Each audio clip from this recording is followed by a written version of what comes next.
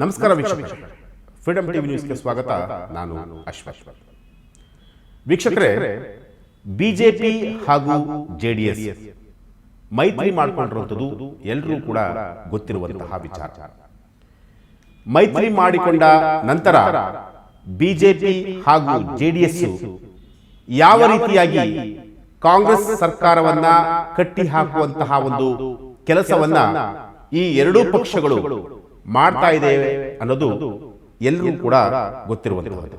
ಅಂದ್ರೆ ಎಲ್ಲ ಒಂದ್ ಕಡೆ ಬಿಜೆಪಿ ಒಂದು ಕಡೆ ತನ್ನದೇ ಆದಂತಹ ಒಂದು ಸ್ಟ್ಯಾಂಡ್ ಅನ್ನ ಇಟ್ಕೊಂಡು ಬಿಜೆಪಿ ಹೋರಾಟ ಮಾಡ್ಕೊಂಡು ಬರ್ತಾ ಇದ್ರೆ, ಜೆಡಿಎಸ್ ಕೂಡ ತನ್ನದೇ ಆದಂತಹ ಒಂದು ಸ್ಟ್ಯಾಂಡ್ ಇಟ್ಕೊಂಡು ಅದು ಕೂಡ ಹೋರಾಟ ಮಾಡ್ಕೊಂಡು ಬರ್ತಾ ಇರುವಂತದ್ದು. ಅಂದ್ರೆ ಇಲ್ಲಿ ಕೇವಲ ನೆಪ ಮಾತ್ರಕ್ಕೆ ಮಾತ್ರ ಇವರಿಬ್ಬರು ಕೂಡ ಮೈತ್ರಿ ಮಾಡಿಕೊಂಡಿರುವಂತದ್ದು ಅನ್ನೋದು ಮೇಲ್ನೋಟಕ್ಕೆ ಕಾಣ್ತಾ ಇರುವುದು. ಅದಕ್ಕೆ ಕಾರಣ ಕೂಡ ಇದೆ.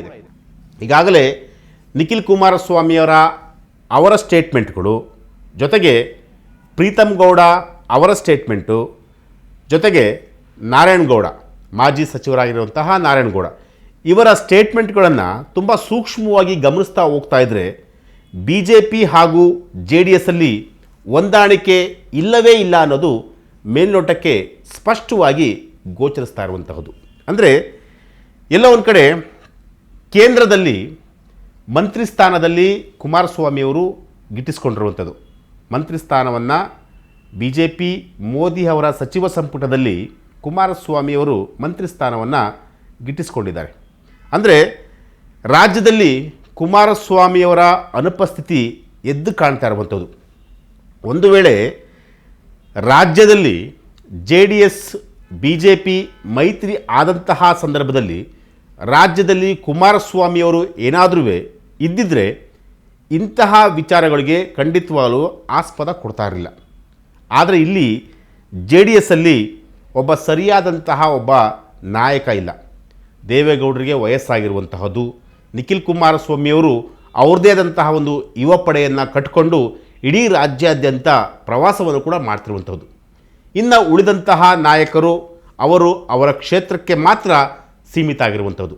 ಈಗಾಗಲೇ ಜೆ ಡಿ ಎಸ್ ಅಲ್ಲಿ ಸುಮಾರು 19 ಜನ ಶಾಸಕರಿರುವಂತಹದ್ದು, ಅವರು ಅವರ ಕ್ಷೇತ್ರಕ್ಕೆ ಮಾತ್ರ ಸೀಮಿತ ಆಗಿರುವಂಥದ್ದು. ಅಂದರೆ ಮುಂಬರುವಂತಹ ಚುನಾವಣೆಯನ್ನು ನಮ್ಮ ಕ್ಷೇತ್ರದಲ್ಲಿ ನಾವು ಹೇಗೆ ಎದುರಿಸಬೇಕು, ಮತದಾರರನ್ನು ಯಾವ ರೀತಿಯಾಗಿ ಸೆಳಿಬೇಕು, ಅಷ್ಟರ ಮಟ್ಟಿಗೆ ಅದನ್ನು ಮಾತ್ರ ಫೋಕಸ್ ಮಾಡ್ತಾ ಇದ್ದಾರೆ.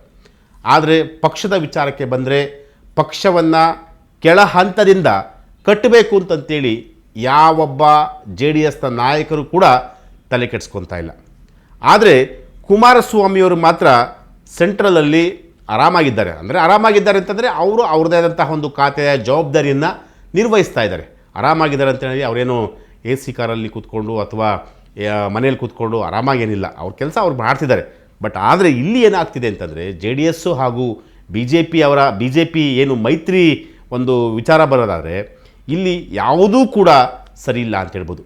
ಸರ್ಕಾರದಲ್ಲಿ ಸಾಕಷ್ಟು ವಿಚಾರಗಳು ಕೂಡ, ಅಂದರೆ ಸಾಕಷ್ಟು ಕೆಲವೊಂದಷ್ಟು ಭ್ರಷ್ಟಾಚಾರಗಳು ಎದ್ದು ಕಾಣ್ತಾ ಇರೋದಂಥದ್ದು. ಅಂತಹ ವಿಚಾರಗಳನ್ನು ಈ ಎರಡೂ ಪಕ್ಷದವರು ಬಿ ಜೆ ಪಿ ಮತ್ತು ಜೆ ಡಿ ಎಸ್ನ ನಾಯಕರುಗಳು ಒಟ್ಟಾಗಿ ಕುತ್ಕೊಂಡು ಒಂದಷ್ಟು ಸ್ಟ್ರಾಟಜಿಯನ್ನು ಮಾಡಿ ಸರ್ಕಾರವನ್ನು ಯಾವ ರೀತಿಯಾಗಿ ಸಿಕ್ಕಿ ಹಾಕಬೇಕು, ಸರ್ಕಾರವನ್ನು ಹೇಗೆ ಅದನ್ನು ಕಟ್ಟಿ ಹಾಕಬೇಕು ಅನ್ನೋದನ್ನು ಒಂದಷ್ಟು ಸ್ಟ್ರಾಟಜಿ ಮಾಡಬೇಕಾಗಿತ್ತು.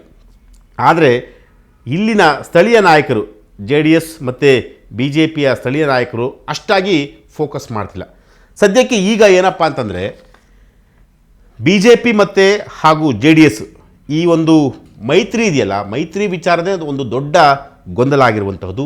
ಅದಕ್ಕೆ ಕಾರಣ ಕೂಡ ಮೊನ್ನೆಯಷ್ಟೇ ಬಿ ಜೆ ಪಿ ನಾಯಕ ಮಾಜಿ ಶಾಸಕರಾಗಿದ್ದಂತಹ ಪ್ರೀತಮ್ ಗೌಡ ಅವರು ಒಂದು ಸ್ಟೇಟ್ಮೆಂಟನ್ನು ಕೊಟ್ಟಿದ್ದರು. ಅಂದರೆ ಏನಪ್ಪ ಅಂತಂತಂದರೆ ಮಂಡ್ಯ ಜಿಲ್ಲೆಯ ಕೆಲವು ಕ್ಷೇತ್ರಗಳನ್ನು ಬಿ ಜೆ ಪಿಗೆ ಬಿಟ್ಕೊಡಬೇಕು. ಅಂದರೆ 2028ರ ಚುನಾವಣೆ ಏನಿದೆಯಲ್ಲ, ಆ ಒಂದು ಚುನಾವಣೆಯಲ್ಲಿ ಮಂಡ್ಯ ಕ್ಷೇತ್ರದ ಕೆಲವು ಕ್ಷೇತ್ರಗಳನ್ನು ಬಿ ಜೆ ಪಿಗೆ ಕಂಪ್ಲೀಟಾಗಿ ಜೆ ಡಿ ಎಸ್ನ ನಾಯಕರು ಬಿಟ್ಕೊಡಬೇಕು ಅನ್ನೋ ಒಂದು ಅರ್ಥದಲ್ಲಿ ಒಂದು ಸ್ಟೇಟ್ಮೆಂಟನ್ನು ಕೊಟ್ಟಿದ್ದರು. ಯಾವ್ಯಾವ ಕ್ಷೇತ್ರಪ್ಪ ಅಂತಂತಂದರೆ ಕೆ ಆರ್ ಪೇಟೆ ಸೇರಿದಂತೆ ಒಟ್ಟು 3 ಕ್ಷೇತ್ರಗಳನ್ನು ಪ್ರೀತಮ್ ಗೌಡ ಅವರು ಕೇಳಿರುವಂತಹದ್ದು. ಇದರ ಜೊತೆಗೆ ಮಾಜಿ ಸಚಿವರಾಗಿರುವಂತಹ ನಾರಾಯಣಗೌಡ ಅವರು ಕೂಡ ಒಂದು ಸ್ಟೇಟ್ಮೆಂಟನ್ನು ಕೊಟ್ಟಿರೋದು. ಏನಪ್ಪ ಅಂತಂತಂದರೆ, ಸ್ಥಳೀಯ ಸಂಸ್ಥೆ ಚುನಾವಣೆ ಇದೆಯಲ್ಲ, ಈಗ ಜಿ ಬಿ ಆಗಿರ್ಬೋದು, ಜಿಲ್ಲಾ ಪಂಚಾಯಿತಿ ಆಗಿರ್ಬೋದು, ತಾಲೂಕ್ ಪಂಚಾಯತಿ ಆಗಿರ್ಬೋದು, ಈ ಚುನಾವಣೆಗಳು ನಡೆಯುವಂತಹ ಸಂದರ್ಭದಲ್ಲಿ 50% ಸ್ಥಾನವನ್ನು ಬಿ ಜೆ ಪಿಗೆ ಕೊಡಬೇಕು ಅನ್ನೋ ಒಂದು ಸ್ಟೇಟ್ಮೆಂಟನ್ನು, ಈ ಎರಡೂ ಸ್ಟೇಟ್ಮೆಂಟು ಅಂದರೆ ಪ್ರೀತಮ್ ಗೌಡ ಹಾಗೂ ನಾರಾಯಣಗೌಡ ಇವರಿಬ್ಬರು ಕೊಟ್ಟಂತಹ ಸ್ಟೇಟ್ಮೆಂಟು ಈಗ ಈ ಮೈತ್ರಿಯಲ್ಲಿ ಒಂದಷ್ಟು ಬಿರುಕು ಉಂಟಾಗಿರುವಂಥದ್ದು. ಅದು ಯಾವ ಮಟ್ಟಿಗೆ ಅಂತಂತಂದರೆ, ಸ್ವತಃ ಕುಮಾರಸ್ವಾಮಿಯವರೇ, HD ಕುಮಾರಸ್ವಾಮಿಯವರೇ ಕರ್ನಾಟಕದ ಬಿ ಜೆ ಪಿ ಉಸ್ತುವಾರಿಯಾಗಿರುವಂತಹ ರಾಧಾ ಮೋಹನ್ ಅಗರ್ವಾಲ್ ಅವರ ಜೊತೆ ಒಂದು ಮಾತುಕತೆಯನ್ನು ಕೂಡ ಮಾಡಿರುವಂಥದ್ದು. ಅಂದರೆ ನಿಮ್ಮ ನಾಯಕರುಗಳು ಬಿ ಜೆ ಪಿ ಆಗಿರ್ಬೋದು, JDS ಆಗಿರ್ಬೋದು, ಅಂದರೆ ಬಿ ಜೆ ಪಿಯ ಒಂದಷ್ಟು ಶಾಸಕರು ಜೊತೆಗೆ ನಿಖಿಲ್ ಕುಮಾರಸ್ವಾಮಿ ಅವರು ಕೊಟ್ಟಂತಹ ಸ್ಟೇಟ್ಮೆಂಟ್ ಇದೆಯಲ್ಲ, ಈ ಸ್ಟೇಟ್ಮೆಂಟು ಮೈತ್ರಿ ಬಿರುಕಿಗೆ ಕಾರಣವಾಗಿರುವಂಥದ್ದು. ಹಾಗಾದರೆ ಬಿ ಜೆ ಪಿ ಹಾಗೂ JDS ಮೈತ್ರಿ ಮುರಿದು ಬೀಳುತ್ತಾ ಈಗ ಇರುವಂತಹ ಒಂದು ಪ್ರಶ್ನೆ. ಅಂದರೆ ಕುಮಾರಸ್ವಾಮಿಯವರು ಕೂಡ ಸೆಂಟ್ರಲ್ ಮಿನಿಸ್ಟರ್ ಆಗಿದ್ದರೂ ಕೂಡ ನಾನು ರಾಜ್ಯಕ್ಕೆ ಮತ್ತೆ ವಾಪಸ್ ಬರ್ತೀನಿ, ನಾನು ಮುಂಬರುವಂತಹ ಚುನಾವಣೆಯಲ್ಲಿ ನಾನು ರಾಜ್ಯದಲ್ಲೇ ಒಂದು ಕ್ಷೇತ್ರದಲ್ಲಿ ನಾನು ಸ್ಪರ್ಧೆ ಮಾಡ್ತೀನಿ, JDS ಪಕ್ಷವನ್ನು ನಾನು ಕೆಳ ಹಂತದಿಂದ ಬೂತ್ ಮಟ್ಟದಿಂದ ನಾನು ಮತ್ತೆ ಕಟ್ತೀನಿ ಅನ್ನೋ ಒಂದು ಮಾತುಗಳನ್ನು ಕೂಡ ಕುಮಾರಸ್ವಾಮಿಯವರು ಈಗ ಹೇಳಿರುವಂಥದ್ದು.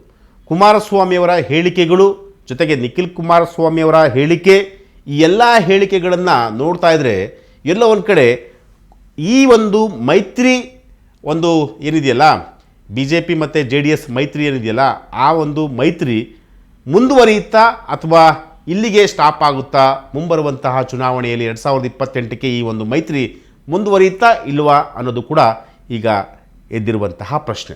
ಅಂದರೆ ಇಲ್ಲಿ ಏನಕ್ಕಪ್ಪ ಈ ವಿಚಾರ ಇವತ್ತು ನಾನು ಈ ವಿಚಾರವನ್ನು ತೆಗೆದುಕೊಂಡೆ ಅಂತಂತಂದರೆ, ಬಿ ಜೆ ಪಿ ಹಾಗೂ JDS ಅಲ್ಲಿ ಯಾವುದು ಕೂಡ ಸರಿಯಿಲ್ಲ.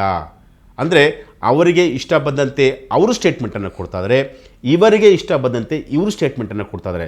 ಸೊ ಹಾಗಾಗಿ ಇಲ್ಲಿ ಮೈತ್ರಿ ಅನ್ನೋ ಒಂದು ಪದಕ್ಕೆ ಅರ್ಥವೇ ಇಲ್ಲ ಅನ್ನೋ ಒಂದು ಅರ್ಥದಲ್ಲಿ ಈಗ ಎರಡೂ ಪಕ್ಷದಲ್ಲಿ ಕೂಡ ಎದ್ದು ಕಾಣ್ತಿರುವಂಥದ್ದು. ಅಂದರೆ ಇದನ್ನು ದೇವೇಗೌಡರವರು, ಮಾಜಿ ಪ್ರಧಾನಿಗಳು, ಜೊತೆಗೆ JDSನ ರಾಷ್ಟ್ರಾಧ್ಯಕ್ಷರಾಗಿರುವಂತಹ ದೇವೇಗೌಡರವರು ಇಂತಹ ಸೆನ್ಸಿಟಿವ್ ವಿಚಾರಗಳನ್ನು ಯಾವ ರೀತಿಯಾಗಿ ನಿಭಾಯಿಸ್ತಾರೆ, ಯಾವ ರೀತಿಯಾಗಿ ಇದಕ್ಕೆ ಉತ್ತರವನ್ನು ಕೊಡ್ತಾರೆ, ಯಾವ ರೀತಿಯಾಗಿ ಇದನ್ನು ಒಂದು ಸೂಕ್ಷ್ಮ ರೀತಿಯಲ್ಲಿ ಇದನ್ನು ನಿಭಾಯಿಸ್ತಾರೆ ಅನ್ನೋದು ಕೂಡ ಇಲ್ಲಿರುವಂತಹ ಪ್ರಶ್ನೆ. ಯಾಕೆಂತಂದರೆ ಕುಮಾರಸ್ವಾಮಿಯವರು, ದೇವೇಗೌಡರು ಕೂತ್ಕೊಂಡು ಎಲ್ಲ ವಿಚಾರಗಳನ್ನು ಕೂಡ ಚರ್ಚೆ ಮಾಡ್ತಾರೆ. ಜೊತೆಗೆ ಮೋದಿ ಆಗಿರ್ಬೋದು, ಅಮಿತ್ ಶಾ ಆಗಿರ್ಬೋದು, ಆ ಎಲ್ಲ ನಾಯಕರುಗಳ ಜೊತೆ ಕೂತ್ಕೊಂಡು ಮುಂಬರುವಂತಹ ಒಂದು 2028ರ ಚುನಾವಣೆ ಜೊತೆಗೆ ಸ್ಥಳೀಯ ಸಂಸ್ಥೆಯ ಚುನಾವಣೆಗಳೇನಿದಾವಲ್ಲ ಅದೆಲ್ಲವನ್ನೂ ಕೂಡ ಹೇಗೆ ನಿಭಾಯಿಸಬೇಕು, ಅಂದರೆ 50-50 ಇರುತ್ತಾ ಅಥವಾ 60-40 ಇರುತ್ತಾ ಅನ್ನೋದು ಕೂಡ ಈ ನಾಯಕರುಗಳು ಕೂತ್ಕೊಂಡು ಚರ್ಚೆ ಮಾಡಿದಂತಹ ಸಂದರ್ಭದಲ್ಲಿ ಮಾತ್ರ ಇದಕ್ಕೆ ಒಂದು ತಿಲಾಂಜಲಿ ಆಡಲಿಕ್ಕೆ ಸಾಧ್ಯ ಆಗುತ್ತೆ. ಇಲ್ಲ ಅಂತಂದರೆ ಪ್ರೀತಮ್ ಗೌಡ ಅವರ ಹೇಳಿಕೆ ಆಗಿರ್ಬೋದು, ನಾರಾಯಣಗೌಡರ ಹೇಳಿಕೆ ಆಗಿರ್ಬೋದು, ನಿಖಿಲ್ ಕುಮಾರಸ್ವಾಮಿಯವರ ಹೇಳಿಕೆ ಆಗಿರ್ಬೋದು, ಇವರ ಹೇಳಿಕೆಗಳು ಒಂದಷ್ಟು ಕಾರ್ಯಕರ್ತರಲ್ಲಿ ಗೊಂದಲವನ್ನು ಸೃಷ್ಟಿ ಮಾಡೋದ್ರಲ್ಲಿ ಡೌಟ್ ಇಲ್ಲ ಅಂತ ಹೇಳ್ಬೋದು. ಯಾಕೆಂತಂದರೆ ಕಾರ್ಯಕರ್ತರು JDSಗೆ ತುಂಬ, ಅಂದರೆ ಆ ಒಂದು ಮಂಡ್ಯ, ಮೈಸೂರು, ಅಂದರೆ ಚಾಮರಾಜನಗರ ಮತ್ತು ಆ ಒಂದು ಭಾಗಗಳಲ್ಲಿ ತುಂಬ ಸ್ಟ್ರಾಂಗ್ ಆಗಿ ಅವರ ಒಂದು ಕಾರ್ಯಕರ್ತರಿದ್ದಾರಲ್ಲ, ಆ ಕಾರ್ಯಕರ್ತರೇ JDS ಪಕ್ಷವನ್ನು ಬೆಳೆಸಲಿಕ್ಕೆ ಅಥವಾ ಕಟ್ಟಲಿಕ್ಕೆ ಸಹಾಯ ಆಗಿರುವಂಥದ್ದು. ಸೊ ಹಾಗಾಗಿ ಆ ಕಾರ್ಯಕರ್ತರಲ್ಲಿ ಒಂದಷ್ಟು ಗೊಂದಲ ಕೂಡ ಇರುವಂತಹದ್ದು.